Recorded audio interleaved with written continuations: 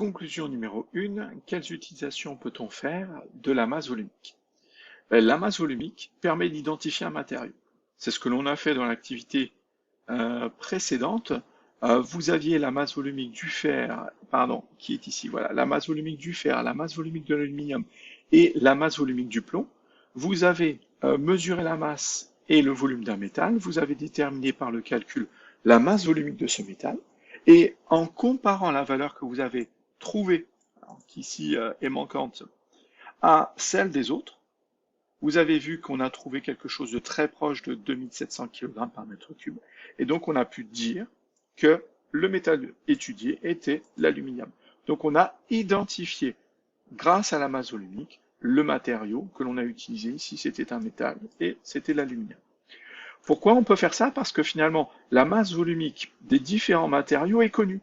Elle a été mesurée. Dès qu'on a un matériau, le fer, l'aluminium, le cuivre, les différentes matières plastiques, en matière plastique, on a le polyéthylène, polypropylène, etc., etc. Dès qu'on a un matériau, eh bien, on mesure sa masse, on mesure son volume, et donc on en calcule sa masse volumique. Et du coup, on connaît la masse volumique de tous les matériaux, et on peut donc identifier n'importe quel matériau à partir de sa masse volumique. Ensuite, on peut bien sûr utiliser la masse volumique pour savoir quel matériau est le plus dense. Donc, par exemple, si je reviens à nouveau sur mon fer, mon aluminium et le plomb, je vois que celui qui a la masse volumique la plus faible, c'est l'aluminium. Celui qui a la masse volumique la plus grande, c'est le plomb. Donc, celui qui est le plus dense, c'est le plomb. Celui qui est le moins dense, c'est l'aluminium. Ça signifie quoi? Plus dense, moins dense. Le matériau le plus dense, c'est celui qui, pour un même volume, pour un certain volume de matériau, une certaine quantité de matériau, a la masse la plus élevée.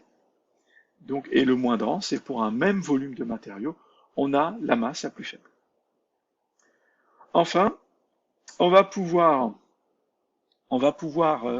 comparer les masses volumiques pour savoir si un objet va flotter. Et donc, on va comparer la masse volumique du matériau avec la masse volumique de l'eau. Il faut connaître la masse volumique de l'eau. Elle a été croisée les années précédentes. Elle vaut 1 kg par litre ou 1000 kg par mètre cube. Mais généralement, on va utiliser le kilogramme par litre. Une valeur assez facile à retenir, c'est 1. 1 kg par litre. Ça signifie que 1 litre d'eau pèse 1 kg. Je pense que c'est pas trop dur à retenir.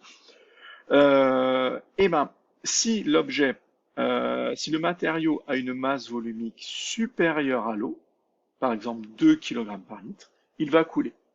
S'il a une masse volumique inférieure à celle de l'eau, je rappelle que celle de l'eau c'est 1 kg par litre, donc s'il a une masse volumique inférieure à celle de l'eau, comme 0,5 kg par litre, alors il va flotter.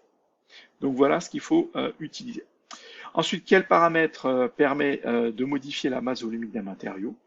La masse volumique d'un matériau va diminuer quand la température va augmenter. On avait vu qu'on avait pris un liquide et on avait fait chauffer ce liquide. Et on a vu que le volume du liquide augmentait. La masse du liquide, elle, n'augmentait pas. Si on augmente le volume pour la même masse, on aura une diminution de la masse volumique. Et on avait vu que ça avait pour conséquence que l'augmentation de la température sur Terre va augmenter le volume des océans et en diminuant sa masse volumique. Donc c'est un phénomène qui est important, qui n'est pas négligeable.